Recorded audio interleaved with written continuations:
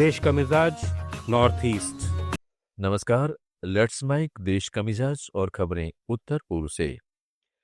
मेघालय की सुरक्षा एजेंसियों ने बांग्लादेश पुलिस के उस दावे को पूरी तरह खारिज कर दिया है जिसमें कहा गया था कि इंकलाब मंच के नेता शरीफ उस्मान हादी की हत्या के आरोपी मेघालय में घुस आए हैं। बीएसएफ के राज्य प्रमुख इंस्पेक्टर जनरल ओपी उपाध्याय ने शिलांग में एक मीडिया हाउस से बातचीत में स्पष्ट किया कि हलवा घाट सेक्टर से किसी अवैध सीमा पार की कोई घटना न तो दर्ज की गई है और न ही कोई रिपोर्ट मिली है। यह दावा निराधार और भ्रामक है। मेघालय पुलिस के एक वरिष्ठ अधिकारी ने भी इस आरोप को खारिज करते हुए कहा कि गारो हिल्स क्षेत्र में संदिग्धों की मौजूदगी की कोई खुफिया सूचना या प्रमाण नहीं है। बीएसएफ ने बताया कि बांग्लादेश की अस्थिर स्थिति को देखते हुए सीमा पर 24 घंटे कड़ी निगरानी जारी है और कोई भी अवैध घुसपैठ तुरंत पकड़ी जाएगी। गौरतलब है कि 32 वर्षीय हादी की 12 दिसंबर को ढाका में चुनाव प्रचार के दौरान गोली मारकर हत्या कर दी गई थी। लेट्स माइक देश का मिजाज नॉर्थ ईस्ट।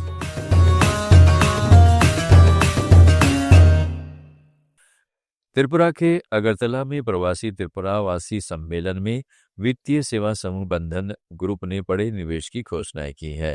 ग्रुप के अध्यक्ष चंद्रशेखर घोष ने अंबासा में 200 करोड़ रुपए की लागत से मेडिकल कॉलेज खोलने और संबद्ध स्वास्थ्य सुविधाएं विकसित करने का ऐलान किया है।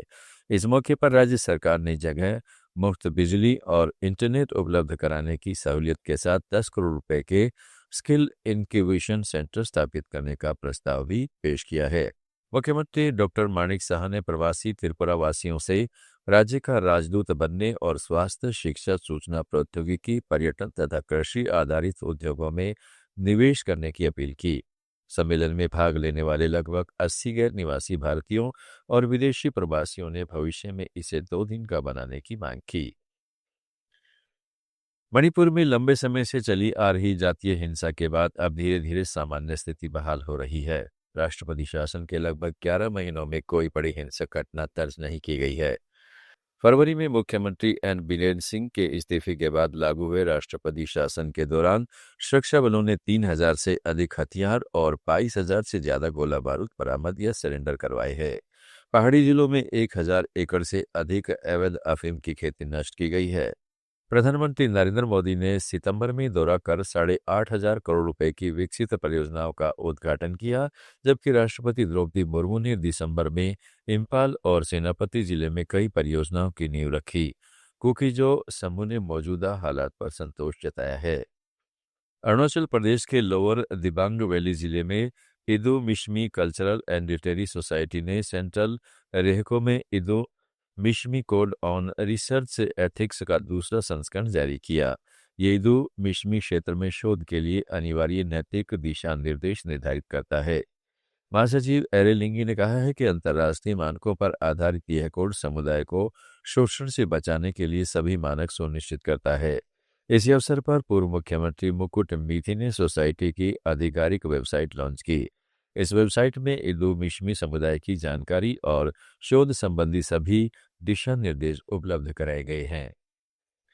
मिजोरम के गृह मंत्री के सपडांगा ने देश के विभिन्न हिस्सों में ईसाई समुदाय पर कथित हमलों और क्रिसमस उत्सवों में व्यवधान की घटना की कड़ी निंदा की है। आइजोल में जारी बयान में उन्होंने इसे भारत की धर्मनिरपेक्षता और लोकतांत्रिक मूल्यों के लिए गंभीर खतरा बताया।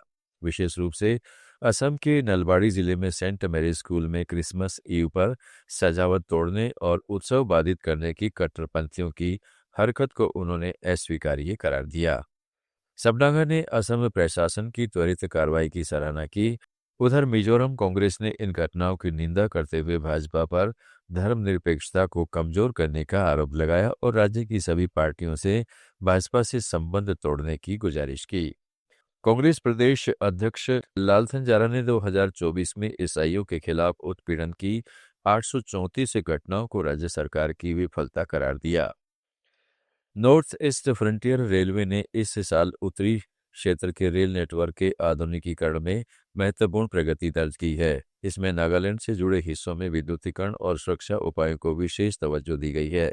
इस दौरान जूट की 13 जोड़ी ट्रेनों को आधुनिक LHB कोचों में बदला गया। देश का मिजाज में फिलहाल इतना ही। जुड़े रहिएगा